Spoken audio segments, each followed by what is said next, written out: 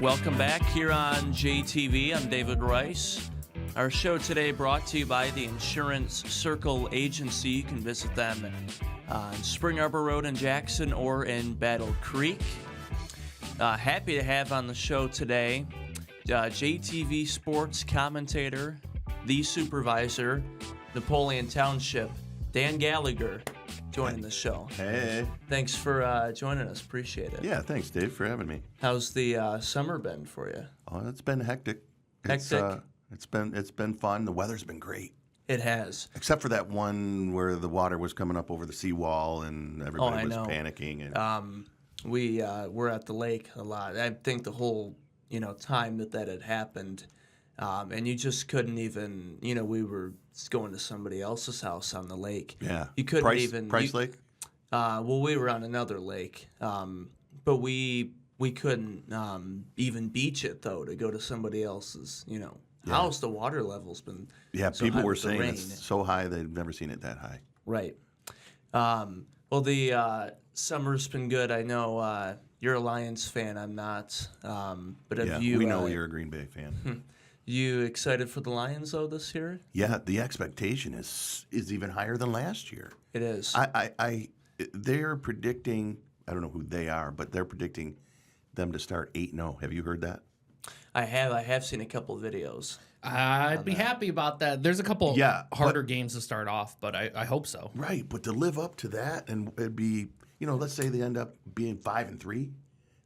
Is that going to be disappointing? Oh, it will 100% be. I think Sports Illustrated listed us as the favorites to win the Super Bowl, and I can't tell you. I don't think that's ever happened. I don't think it's ever happened. Ever. Where Sports Illustrated listed us as the favorites. Yeah. So, didn't they have some players? Goff was on the cover. Goff, Amon-Ra. I think that was like the one that they did to unveil. I think it was Goff, Amon-Ra, and maybe Gibbs was on the cover. Yeah. Or There maybe was a third. Yeah, there's a third. I don't remember but who it was. And that's awesome. Is Gibbs' injury as bad as what they said it was originally? They're not saying much about it at all. I think they're I not haven't saying much. much. We'll have to Hamstring? give an Yeah, update. I'll take a look, and when we come back from the break, we'll have an update on that. It's his hamstring. It's his right? hamstring. Yep. I don't think a hamstring would leave you out. It's not like a Achilles or a Yeah. ACL. I think it's Right, it does suck for major injuries. J.J. McCarthy, he's out for the year now. Was that Achilles? That was torn meniscus. Even meniscus isn't as bad as it used to be. Right, it's still, I think at least it's it's still a severe injury though. He's out for the whole year now. Yeah. And he didn't even get a chance to play in the regular season. Yeah.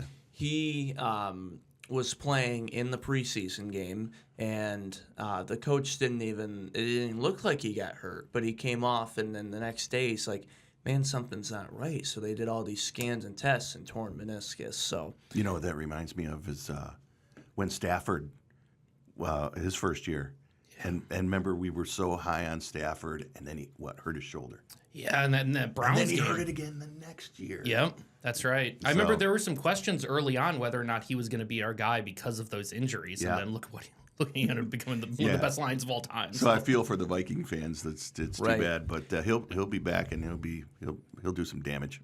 for sure, Stafford played right after he got hurt with the shoulder, didn't he? Yeah, that was in was the- that the he Browns played game? or- where Yeah, he that was in that finished? Browns game where he hurt it and then he still he said made the final play in one I game. can play, I Yeah. can play, and he One couldn't of the hardly lift his arm. coolest moments Threw in a touchdown football. pass, I That's think. right. Yeah. Threw it to Pettigrew. I still remember that. It was amazing. Yeah, I still see those highlights come up often.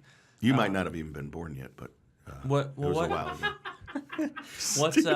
What year was that? 2008, 10? 7. And what year were you something born? in that area? 2009. 98? I was born before that happened. Yeah, but what year were you born? 5. Well, 5. Doesn't that just Blows my mind. breaks your soul? Oh, David. And again, I think the expectations for the Lions are higher than, to me at least, Green Bay's expectations. I know nobody really, nobody expected us. There you go. Nobody expected Green Bay to make the play. We started below 500. It was not good. We ended up being the youngest team ever to make the playoffs and, beat the Cowboys, but that's pretty easy because they fold every year in the playoffs. Yeah. But Now, if the Lions, well, how did that go? I did not want them to play the Packers in the playoffs because I think the Packers would have got them.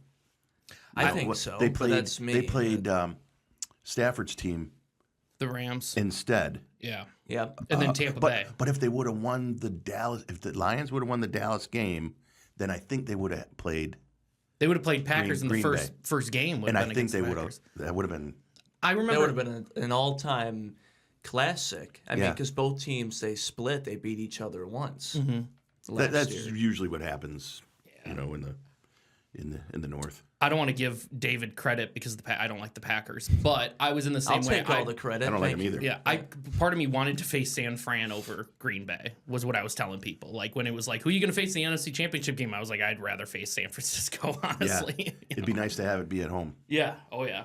Phenomenal. Instead of playing, Lions Packers at Ford Field in the opening round, that would have I would have been scared too, because I know we beat Detroit once, the second game, but the first time when they played at Green Bay last year, Detroit just beat the what out of them. Yeah. So, I'm fortunate we go to away games.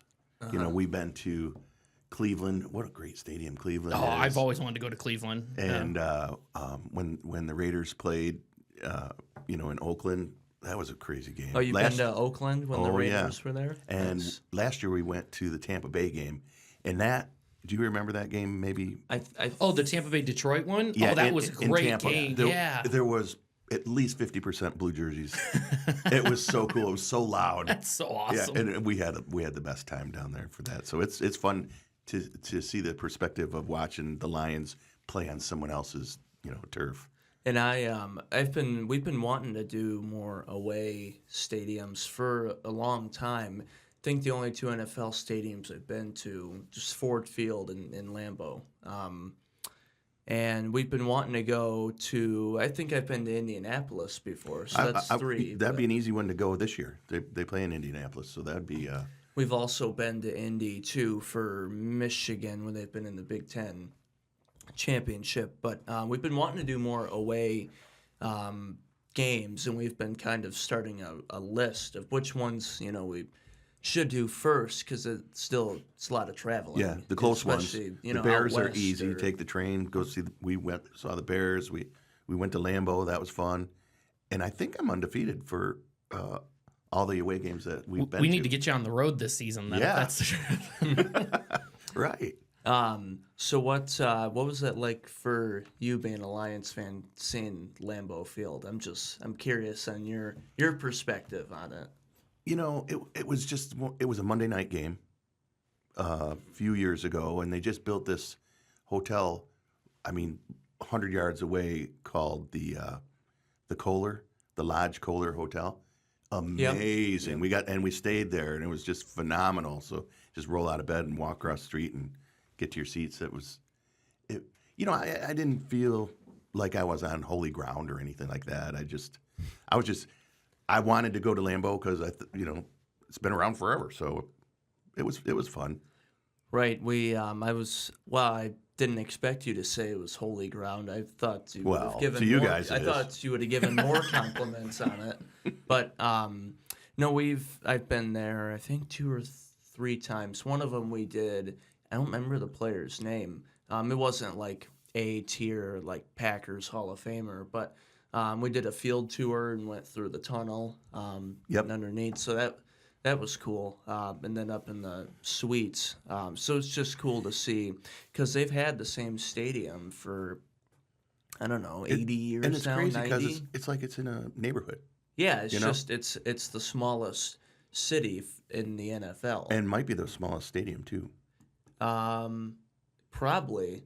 I think it only fits 60,000, 58,000. Yeah, that's less than Ford Field. Field. I think it's 65 at Ford Field. Yeah, that sounds about right. Silverdome was over 80. Silverdome was crazy. Mm-hmm. I never got to end up going to the Silverdome just because, by that point, I was born in 94, so I would have been just like 6, I would have been younger than when did they close the Right Silverdome? around, right around then. Yeah, okay, so that I'm makes sense thinking. because 1999 was when they shut down Tiger Stadium. So I was pretty young when that happened too, and that was kind of the last little changeover, and then get to see the Little Caesars Did you go? too. I never got to go to Tiger Stadium. No. I got to see it when it was demolished. I got to go by a bunch when that was taking place, but I never actually got to go in. You know, interesting thing about the Silverdome was you could smoke in there.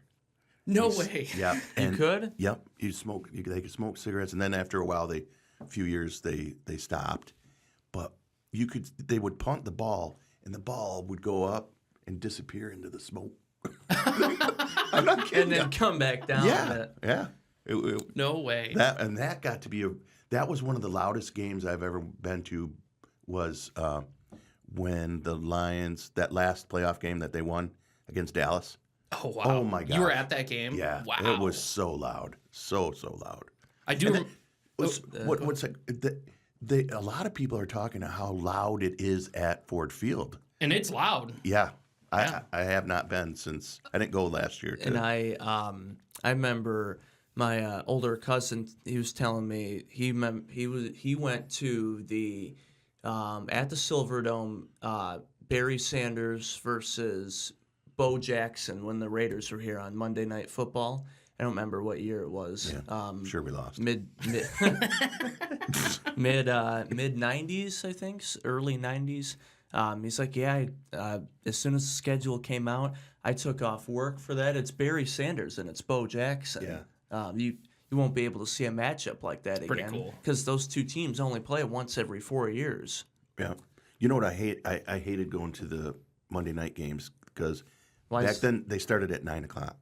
It was a work night. It was a late one, yeah. Yeah. And what do you think people are doing all day long before the game? Of course, everybody's tailgating. Yeah. And there were so many fights and it was crazy. I'm interested to see because we have season tickets to Michigan.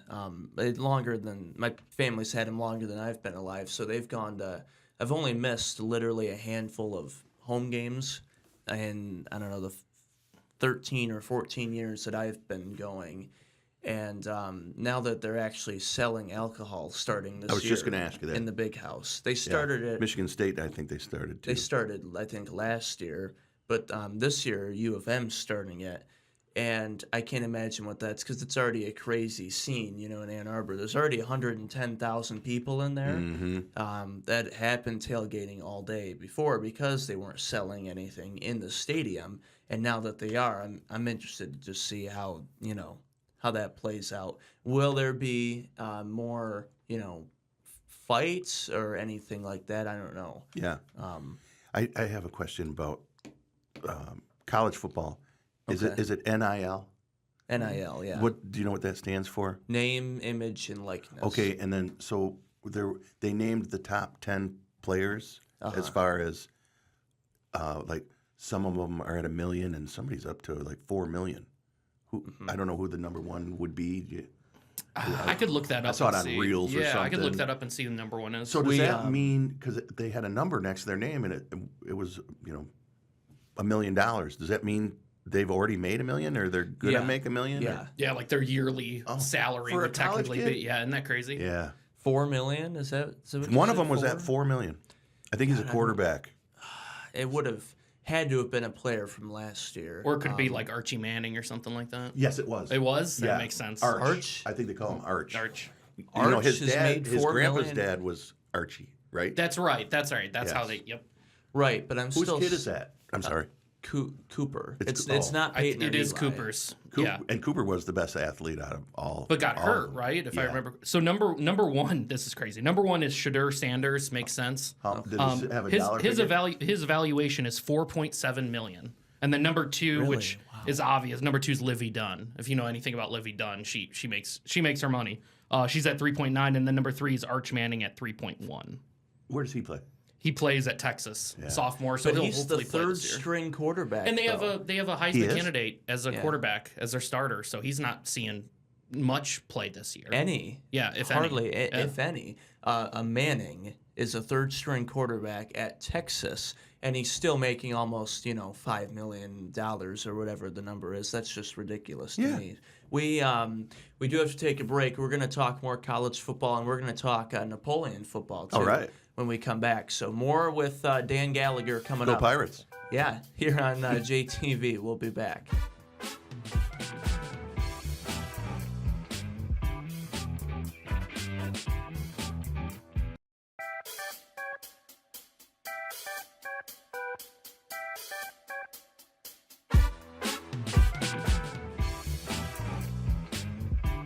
Welcome back here on JTV. Our show today brought to you by the Insurance Circle Agency, 269-200-2905. I'm David Rice. That's producer Adam. Hello, Adam. Hello. Sorry, I had myself muted. How's it going, man? Good. We're still here with JTV sports commentator Dan Gallagher. Hello. So we were talking. I do want to come back to college football in a few minutes. I know we were talking about that before the break with NIL. By the way, that's still ridiculous. Arch Manning is making however much it was. And how long did you go to college? 4 years? $20 million bucks-ish? Why not retire? Something like that. And he's a sophomore at $4.7 million. A sophomore. Yeah. Wow. Crazy. And going into his sophomore year, he hasn't, he's still got 3 playing years left. And he hasn't even played one. Right. I think he's maybe played literally only a couple of snaps. Yeah. And that's it. Well, our 25th season of football is coming up here on JTV. Wow. This week, with today being, Monday, games on Thursday, we've got Lumen Christi, Michigan Center coming up. So I'm excited for that, of course. Our 25th season brought to you by Minuteman Sewer and Drain. So thanks to Mark and Chris Konopacki and the team at Minuteman. Of course, Lumen Christi won the state championship again last year. They're coming in back-to-back defending state champions, looking to three-peat. And they played Michigan Center last year at Center's place. It's a home-and-home 2-year deal. So now Michigan Center is going to be playing at Lumen to open up their season. And I'm interested to see how this game goes because, we always talk about if a bunch of guys, just in general, if there's not a bunch of players returning on a team, I guess the noise or the expectation would be they're going to take a step back. They're not going to have as good of a record. But the thing with Lumen is they've been successful every year for, as long as anybody can remember. What's the common denominator there? The line. The coach. And the coach. Yeah. The coach, but the line is also. They always have a great line. And you always have talked about it as far back as I can remember doing games with you. You've always made that the number one thing on the broadcast for you is the line. And then they're the most important part of the team. Yeah. They really are. I mean, if it isn't for them, and we were talking off camera a little bit ago about a fraction of a second, especially in the NFL, if you have a quarterback that has a third of a second more, it's like a look here and then a look there. Stafford didn't get that when he was with us. Right. Barry Sanders, too bad. We didn't have a good line. But we have, going back to the Lions again, I'm sorry, they have the absolute best line in the NFL because they give him a little bit. You can get a look, and a look instead of just one look. So, right. But getting back to Michigan Center and Lumen Christi, you always got to look out for both teams are really well coached. You always got to look out for Michigan Center. And Michigan Center, I think, moved up a division this year. They got bigger. They went into 6, maybe. The Lumen moved up a division. No, I think Center did. I don't think Lumen probably got smaller. I know Michigan Center they've been in 6 for the longest time. Lumen was in 7. Yep. They moved. They're Same playing as Napoleon. Napoleon is not in 6 this year. They missed the cutoff by 2 schools. They were that close to being in 6, Napoleon. So they're still in 7 this year. But Lumen did jump to 6. They're getting bigger then. Oh. Yeah. So they're playing in 6, same division as. I'll have to look into Center. I don't remember them moving up a division. Yeah, I heard that. Who knows? But you can't believe the internet. But we our sources, Josh Burgett, he'll tell us. He's He's our Wikipedia of high school sports Absolutely. knowledge. He'll be on the show Wednesday, our next show, by the way. So you have to watch out for that. I'm Absolutely. excited to have Josh on. Yeah. And then the next day, Thursday, is our first broadcast. Mm-hmm. So, but getting back to Lumen and center, well coached, but again the line. And usually, though, when you lose a lot of starters and you basically have a whole new team coming in, the expectation right away is always going to be, well, they're not going to be as good. But when you have the coached, the whole coaching staff, obviously, Coach Brogan has been amazing, 13 or 14 championships. But the whole coaching staff and just the way they've been able to just reload every year in all their skill positions too, and obviously the line, they're the most important part, and we talked about it off camera too. They don't get enough credit ever. No, they don't. It's just a ball carrier. It's who got the interception. It's who picked up the fumble. But Who caught the touchdown pass. And you don't have to be a huge guy, and you don't have to be negative because you're on the line, right? It's about being quick and being where you're supposed to be when you're supposed to be there. Do what the play says. And we talked about, a couple linemen. Let's say that you got the guard and the center, and this center waits, the guard crosses in front of him, then the center goes and opens up a little hole. He blocks those two guys, and then the fullback comes through the hole, blocks the linebacker. Boom, you're gone. Yep. And you don't have to be, huge and super strong. Just get in where you're supposed to be and get on your guy. That's it. It's simple. And that's what these coaches that are successful, they start with the line. And then you go, the defensive line, of course, is you got to be quick and you got to watch the edges and things like that. So, and I'm interested to see how how this first game for us turns out, because last year Lumen Christie beat center handedly, but the very first play from scrimmage on offense for Lumen, Cadale Williams did his thing and he scored a touchdown on their first play. So from then on, because he's the best football player in the area to me, he just committed to Central. A couple weeks ago. I don't know if you've heard about that. No. He committed to Central Michigan. Good place to play. Yeah, he'll get some playing time. If hopefully for sure, he'll be in the, what conference are they in? The MAC. It's the MAC, I think. With Eastern and Western. Grand Valley, are they the MAC or GLIAC? Grand Valley. Grand Valley's Division II. Division II. Yep. Yeah, but they're in there with Toledo, Akron, Buffalo, Eastern, Western, all those schools. Ball State, Kent State, Mm-hmm.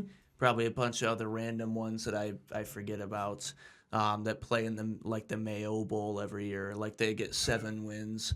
But no, he committed to Central, but right away, they won handedly last year. But I'm interested to see how it is this year, and I'm interested to see how the Cascades Conference turns out, because Napoleon lost so much from the last 2 years, so they've been the best 2 years in the program's history. We've had a lot of fun watching Napoleon. Yeah, the last I 2 didn't think they'd years. go as far as they did last year. After 2 years ago, with undefeated up to that game they had, that freezing game in Chelsea. Oh, Was that a semi? Was that the semi? That was the semifinal. I'm pretty sure that was Yeah. semifinals. Yeah. Were we there? Yeah, I was there. I don't think I got to go there, but yeah, I'm pretty sure you were there for that one. I was in Florida, but I would listen. I listened to the game. I think us two Was I and there? Austin and Noah Oh, were that's there. right. I was there. I at that remember that watching the game. Michigan game after. You weren't able to film or anything, were you? I think Noah was the only one. He was able to film, but it was just a pre-tape. Like it was like highlights. But I still remember us freezing our butts off on that field. And then, trying to go to Jimmy John's afterwards in Chelsea. And they were all sold out of bread. They had no bread. Weirdest Can you believe thing. that? Yeah. A sandwich place has no bread. Yeah, how does that happen? Ew. Yeah. So I just make it a salad then, I guess. But no, we were there, and I remember watching the Michigan game though in the car right after the Lumen game was done. It was Michigan, Illinois. That was the game Blake Corum got hurt Yep, too. that's right. And I remember us being concerned because he was a Heisman candidate. Yeah, that's right. And he got hurt, and now he wasn't even in the conversation after that, even though he already had 10 or 11 good games before that. And I just remember all of us being like, our hearts dropped immediately. We didn't know how it was going to look after, and then, very next game, Donovan Edwards did his thing. And we knew against he Ohio was good. State. It was just one of those things where it's like, here we go. Like, Yeah, we don't know how this this is is gonna about to, turn what's out. going to happen to the We're season. going off the rails here a little bit. But We are, 100%. The Netflix show Receivers. Did you guys see that? I have haven't not seen been able that. to see it, but I've been dying to see it. Amon Ra. Yeah. And then there's Kittle, and there's Isn't Jefferson? Yeah. from Minnesota, and another Oh, Mike San Evans? Fran. Or no, San Fran. two receivers. Debo Samuel? Debo. Yep. Yeah. Yep. And then I forget who the other one was. Brandon Ayuk, maybe? No. I don't know. My point is, Amon Ra, he's so good. Yep. And he ended up with a rash come on his face, and he was concerned about it.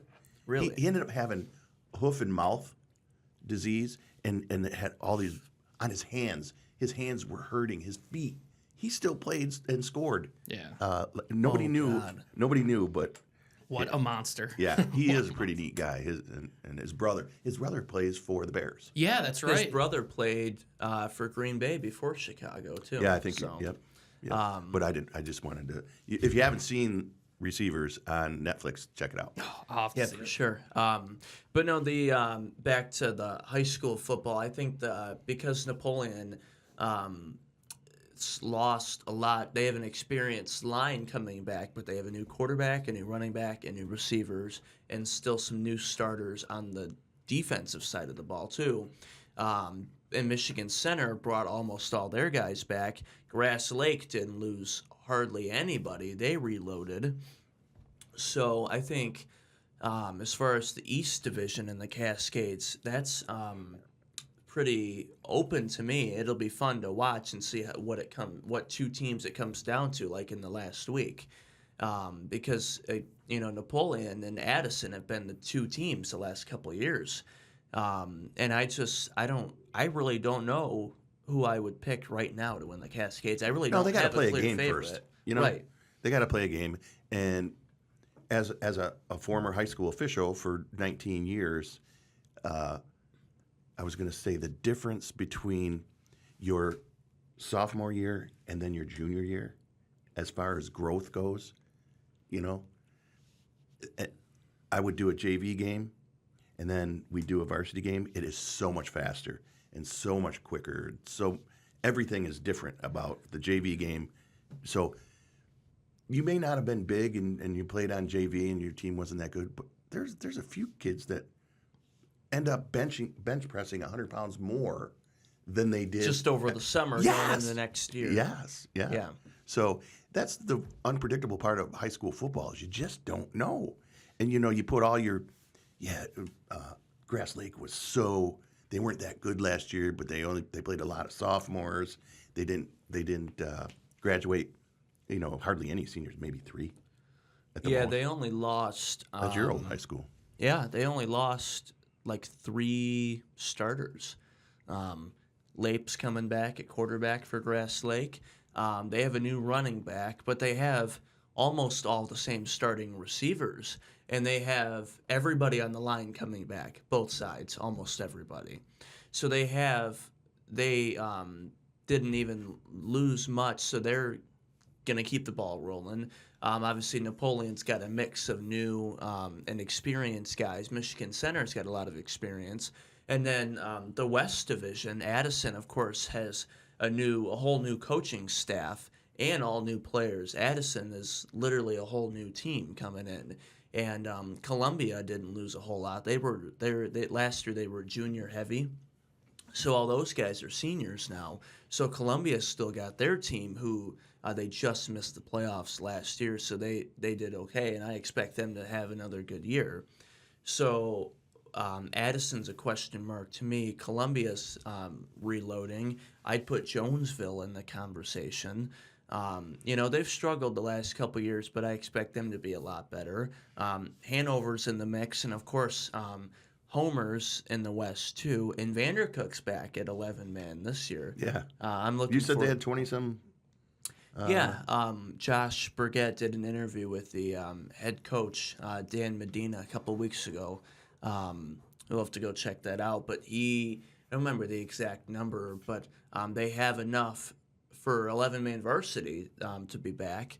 Because the last year they had an 11-man but JV schedule they played, and then the year before that they were 8-man. So it's great to see Vandercook getting the numbers again and getting back to playing in the Cascades Conference. And we're going to have him on JTV this year, Vandercook. Oh, good. So I'm excited to watch that.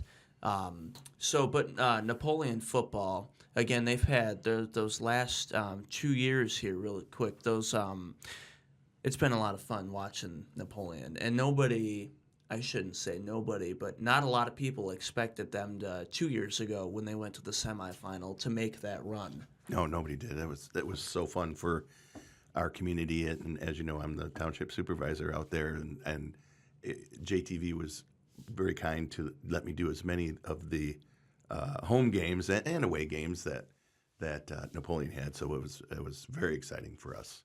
For sure, so fun. So the whole community was crazy. Aggies was just show. I haven't been there in a while. I gotta they put a new outdoor patio out there, yeah. and I've been there since they've added that. They've got I think I went on Monday, the cornhole night. Yeah. On Mondays. So they're doing a lot of great things. Bike night is on Tuesday. Yep. So yep. They do a nice job. I think they have a karaoke night too, or DJ, sure. Something like that.